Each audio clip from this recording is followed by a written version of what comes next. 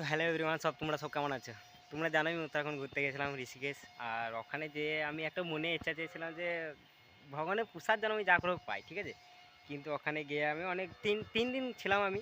আর তোমার 3 দিনের মধ্যে সেরকম বেশি পয়সা তো ছিল না।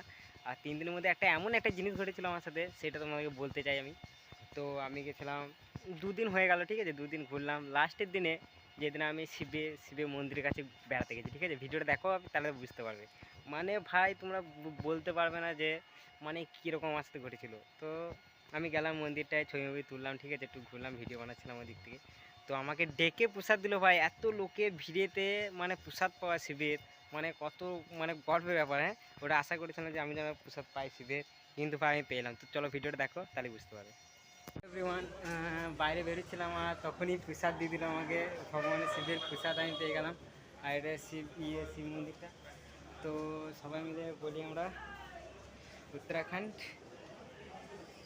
देवभूमि योगनगरी ऋषिकेश, बोलो गंगा मैया की जय। तो चलो আমরা এবার প্রসাদটা খেয়ে